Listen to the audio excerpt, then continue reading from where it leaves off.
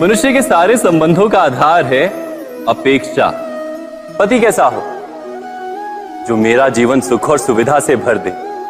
पत्नी कैसी हो जो सदैव मेरे प्रति समर्पित रहे। संतान कैसी हो जो मेरी सेवा करे, मेरा आदेश माने।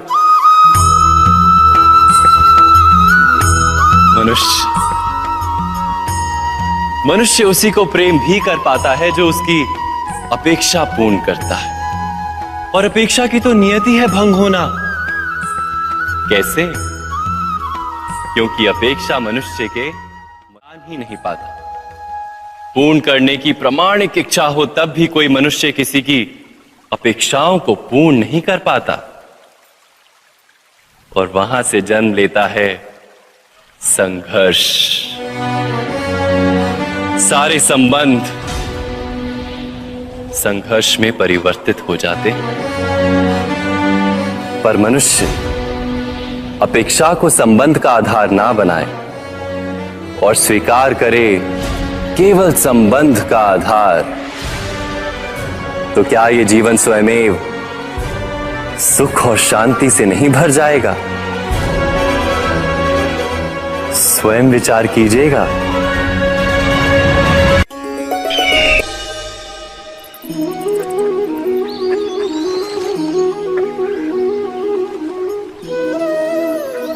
समय के आरंभ से ही मनुष्य को एक प्रश्न सदा पीड़ा देता है कि वो अपने संबंधों में अधिकतम सुख और कम से कम दुख किस प्रकार प्राप्त कर सकता है। क्या आपके सारे संबंधों ने आपको संपूर्ण संतोष दिया है? विचार कीजिए। हमारा जीवन संबंधों पर आधारित है। हमारी सुरक्षा संबंधों पर आधारित है। इसी कारण हमारे जीवन के सारे सुखों का आधार भी संबंध है। किंतु फिर भी हमें संबंधों में ही अधिकतर दुख क्यों प्राप्त होते हैं? सदा ही संघर्ष भी संबंधों से ही उत्पन्न क्यों हो जाते हैं? कभी विचार किया है? जब कोई व्यक्ति किसी अन्य व्यक्ति के विचार अथवा कार्य को स्वीकार नहीं करता, उसमें परिवर्तन करने का प्रयत्न करता है, तो संघर्ष जन्म लेता है। अर्थात जितना अधिक अस्वीकार उतना ही अधिक संघर्ष, और जितना अधिक स्वीकार उतना ही अधिक सुख। क्या ये वास्तविकता नहीं? यदि मनुष्य स्वयं अपनी अपेक्षाओं पर अंकुश रखे, अपने विचारों को परखे, किसी अन्य व्यक्ति में परिवर्तन करने का प्रयत्न ना कर स्वयं अपने भीतर परिवर्तन करने का प्रयास करे, तो क्या संबंधों में संतोष प्राप्त करना इतना कठिन? अर्थात क्या स्वीकार ही संबंध का वास्तविक अर्थ नहीं? स्वयं विचार कीजिए।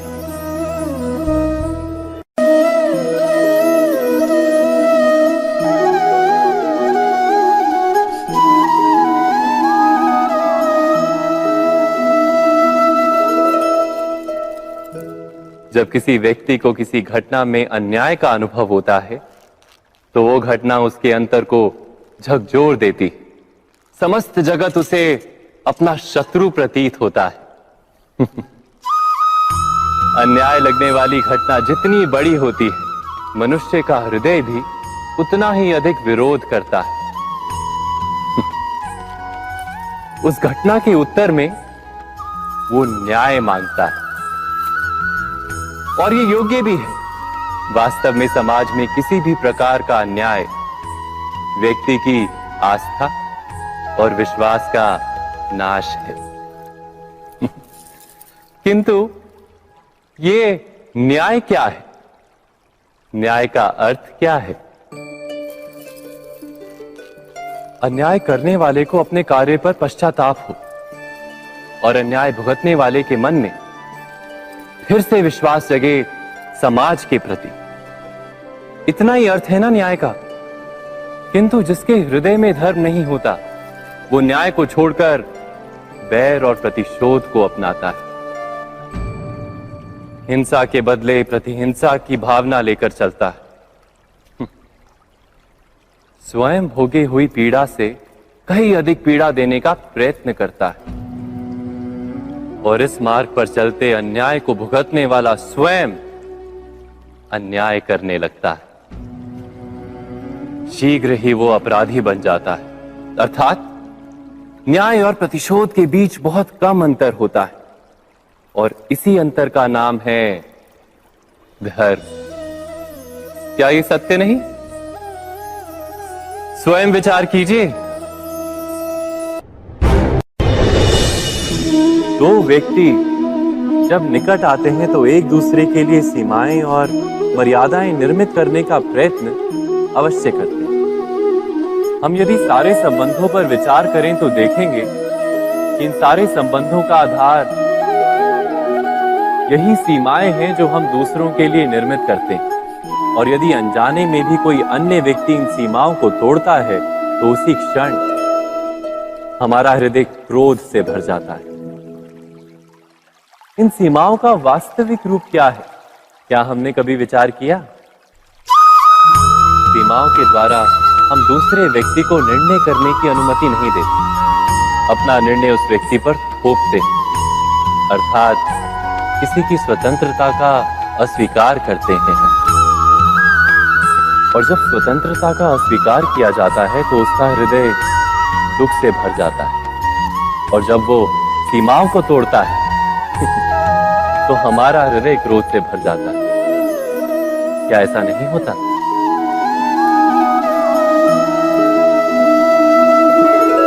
पर यदि एक दूसरे की स्वतंत्रता का सम्मान किया जाए तो किसी मर्यादाओं या सीमाओं की आवश्यकता ही नहीं होती, अर्थात जिस प्रकार स्वीकार किसी संबंध का देह है, क्या वैसे ही स्वतंत्रता किसी संबंध की आत्मा नहीं? स्वयं विचार कीजिए।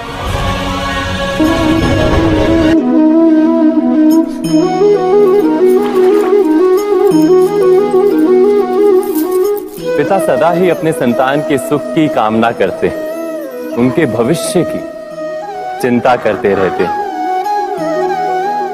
इसी कारणवश सदा ही अपने संतानों के भविष्य का मार्ग स्वयं निश्चित करने का प्रयत्न करते रहते हैं।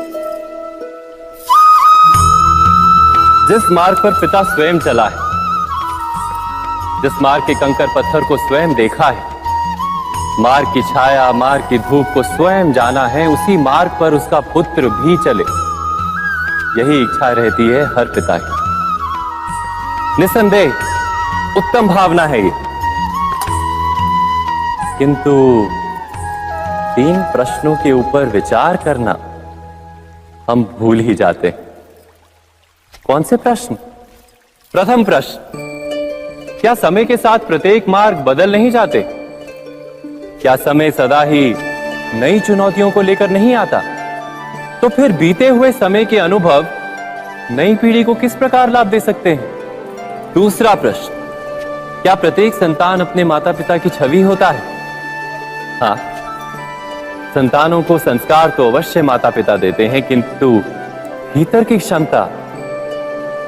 क्षमता तो ईश्वर देते हैं। तो जिस मार्ग पर पिता को सफलता मिली है, विश्वास है कि उसी मार्ग पर उसकी संतानों को भी सफलता और सुख प्राप्त होगा। तीसरा प्रश्न, क्या जीवन के संघर्ष और चुनौतियां लाभकारी नहीं होती? क्या प्रत्येक नया प्रश्न एक नए उत्तर का द्वार नहीं खोलता? तो फिर संतानों को नए नए प्रश्नों, संघर्षों और चुनौतियों से दूर रखना, ये उनके लिए लाभ करना कहलाएगा या हानि पहुंचाना? अर्थात जिस प्रकार संतान के भविष्य का निर्माण करने के बदले उसके चरित्र का निर्माण करना श्रेष्ठ है, वैसे ही संतानों के जीवन का मार्ग निश्चित करने के बदले उन्हें नए संघर्षों के साथ जूझने के लिए मनोबल व ज्ञान देना अधिक लाभदायक नहीं होगा? स्वयं विचार कीजिए। सबके जीवन में ऐसा प्रसंग अवश्य आता है कि सत्य कहने का निश्चय होता है हृदय में, किंतु मुख से सत्य निकल नहीं पाता। कोई भय मन को घेर लेता है। किसी घटना अथवा प्रसंग के बारे में बात करना या फिर स्वयं से कोई भूल हो जाए उसके बारे में कुछ बोलना, क्या ये सत्य है? नहीं, ये तो केवल तथ्य है। अर्थात जैसा हुआ था वैसा केवल बोल देना सामान्य सी बात है। किंतु कभी कभी उस तथ्य को बोलते हुए भी भय लगता है। कदाचित किसी दूसरे की भावनाओं का विचार आता है मन, दूसरे को दुख होगा ये भय भी शब्दों को रोकता है। तो ये सत्य क्या है? क्या हमने कभी विचार किया है? जब भय रहते हुए भी कोई तथ्य बोलता है तो वो सत्य कहलाता है। वास्तव में सत्य कुछ और नहीं, केवल निर्भयता का दूसरा नाम है। और निर्भय होने का कोई समय नहीं होता, क्योंकि निर्भयता आत्मा का स्वभाव है। अर्थात क्या प्रत्येक क्षण सत्य बोलने का क्षण नहीं होता?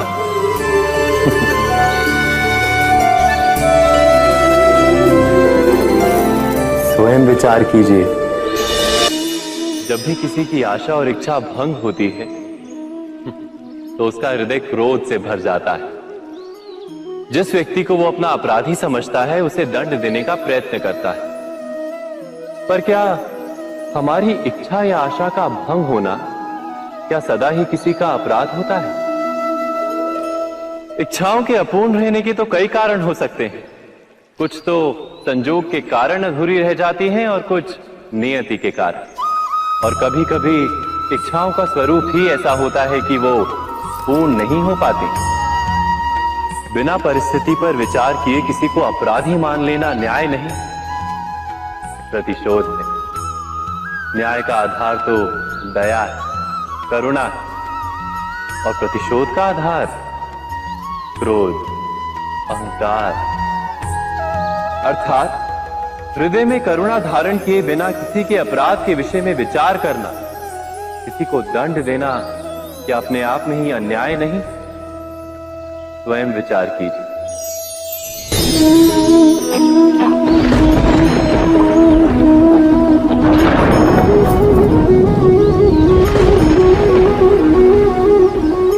सपनों और पूर्वाभासों के आधार पर हम भविष्य के सुख दुख की कल्पना करते हैं। भविष्य के दुख का कारण दूर करने के लिए हम आज योजना बनाते हैं। किंतु कल के संकट को आज निर्मूल करने से हमें लाभ मिलता है या हानि पहुंचती है? ये प्रश्न हम कभी नहीं करते। सत्य तो ये है कि संकट और उसका निवारण साथ जनते हैं, व्यक्ति के लिए भी और सृष्टि के लिए भी। नहीं, आप अपने भूतकाल का स्मरण कीजिए, इतिहास को देखिए। आप तुरंत ही ये जान पाएंगे कि जब जब संकट आता है तब तब उसका निवारण करने वाली शक्ति भी जन्म लेती है। यही तो जगत का चलन है। वस्तुतः संकट ही शक्ति के जन्म का कारण है। प्रत्येक व्यक्ति जब संकट से निकलता है तो एक पद आगे बढ़ा होता है, अधिक चमकता है, आत्मविश्वास से अधिक भरा होता है, न केवल अपने लिए अपितु विश्व के लिए भी। क्या ये सत्य नहीं? वास्तव में संकट का जन्म है एक अवसर का जन्म, अपने आप को बदलने का, अपने विचारों को ऊंचाई पर करने का अवसर, अपनी आत्मा को बलवान और ज्ञान मंडित बनाने का अवसर। जो ये कर पाता है उसे कोई संकट नहीं होता, किंतु जो ये नहीं कर पाता वो तो स्वयं एक संकट है विश्व के लिए। विचार कीजिए।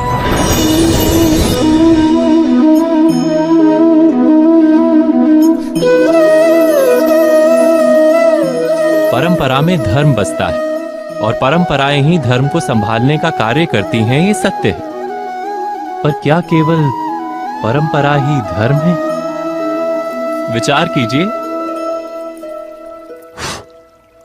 सत्य तो यह है कि जिस प्रकार पाषाण में शिल्प होता है, उसी प्रकार परंपरा में धर्म होता है। इस पत्थर में शिल्प है, ये पत्थर शिल्प नहीं। शिल्प को उजागर करने के लिए उसे तोड़ना पड़ता है, अनावश्यक भागों को दूर करना पड़ता है।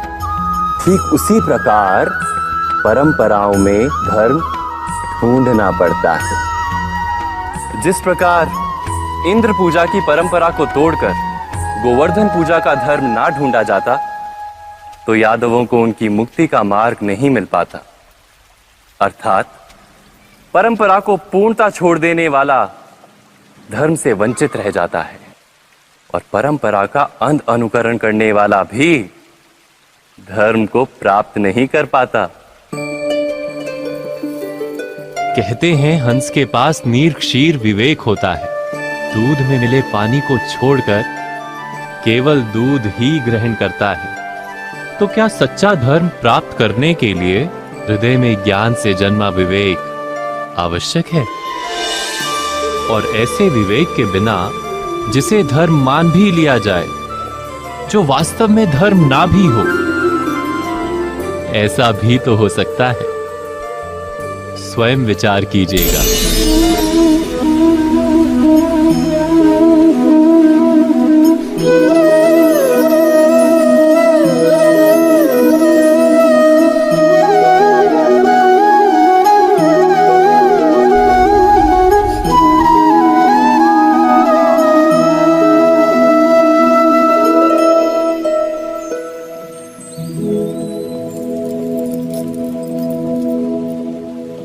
भविष्य के आधार पर सब आज का निर्णय लेना चाहते हैं।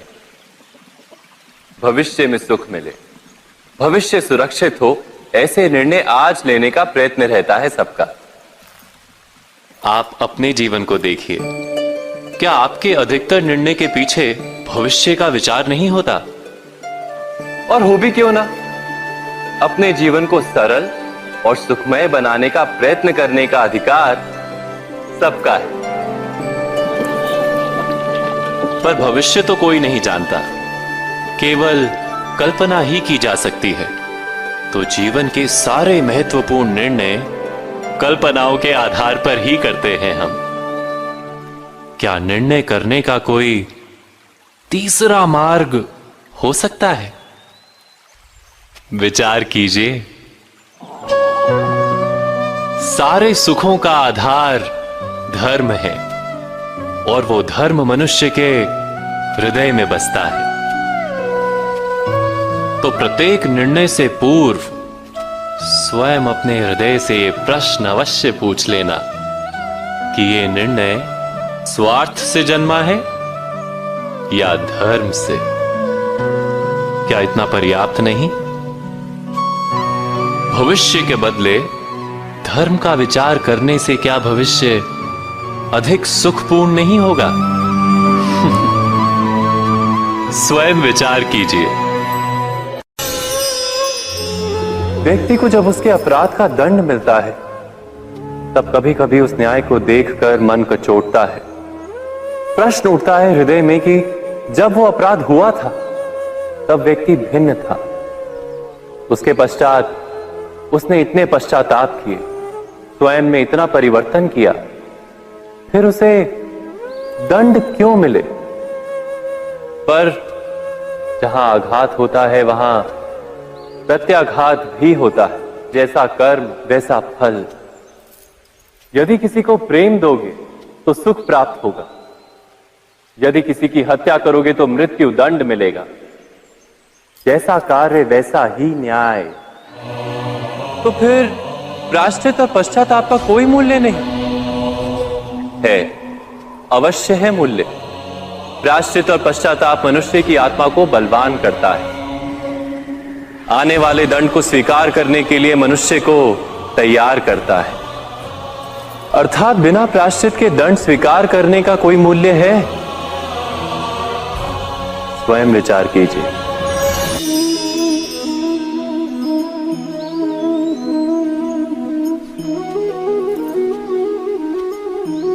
जब जब अपने किसी अच्छे कार्य के उत्तर में दुख प्राप्त होता है अथवा किसी को उसके दुष्ट कार्य में सुख मिलता है, तो मन अवश्य ये विचार करता है कि अच्छा कार्य करने का, धर्म के मार्ग पर चलने का तात्पर्य क्या है।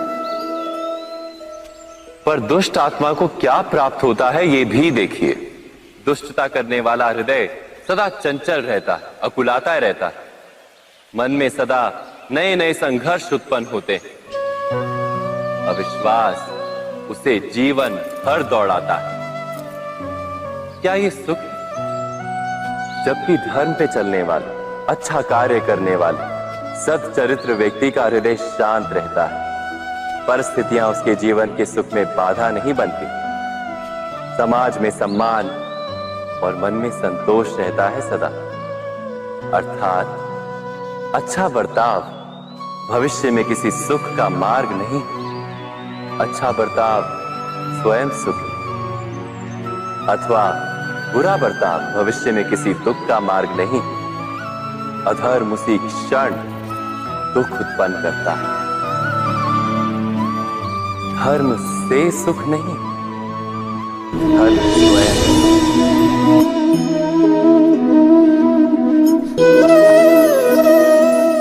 सत्ता की लालसा सबके हृदय को घेरे रहती है।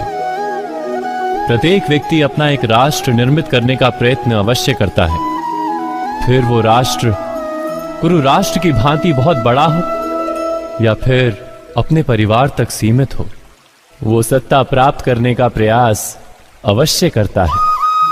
किंतु सत्ता का वास्तविक रूप क्या है?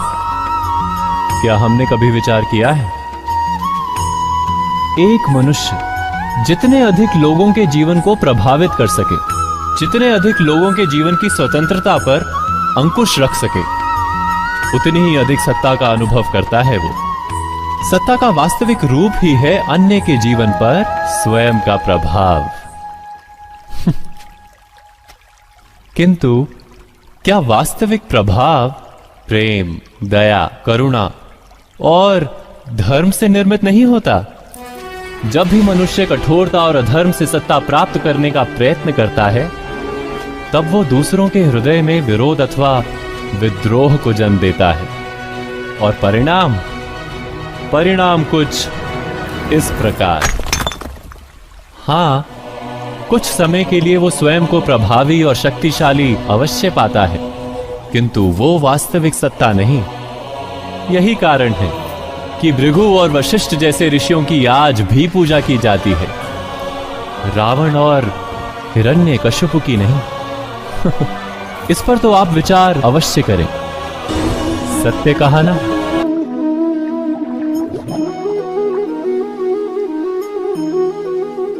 इस संसार में आने वाला प्रत्येक बालक संपूर्णतः संस्कार रहित होता है।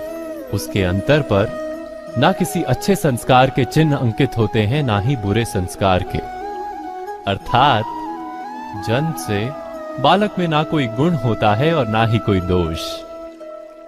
तो ये दोष अथवा गुण किस प्रकार प्राप्त होते हैं? क्या हमने कभी विचार किया है? जो बात माता पिता के मुख से निरंतर सुनी जाती है, वही बात उनकी संतानों के हृदय का संस्कार बनती है। जैसे किसी गांव में नदी तट तक एक पगडंडी बन जाती है केवल उस मार्ग पर बार बार चलने के कारण। अर्थात माता पिता के हृदय की इच्छाएं उनकी संतानों के हृदय का दोष अथवा गुण बनकर जन्म लेती हैं। क्या ये सत्य नहीं?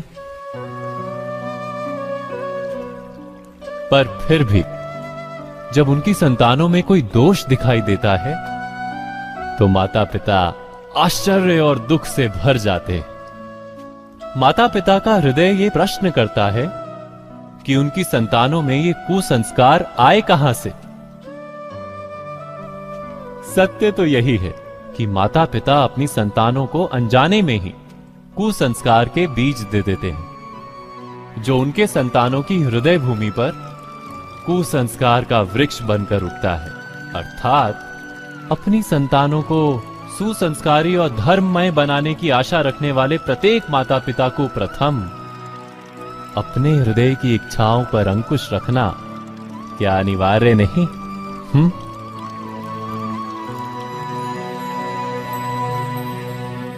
प्रत्येक माता पिता इस पर विचार अवश्य कीजिएगा।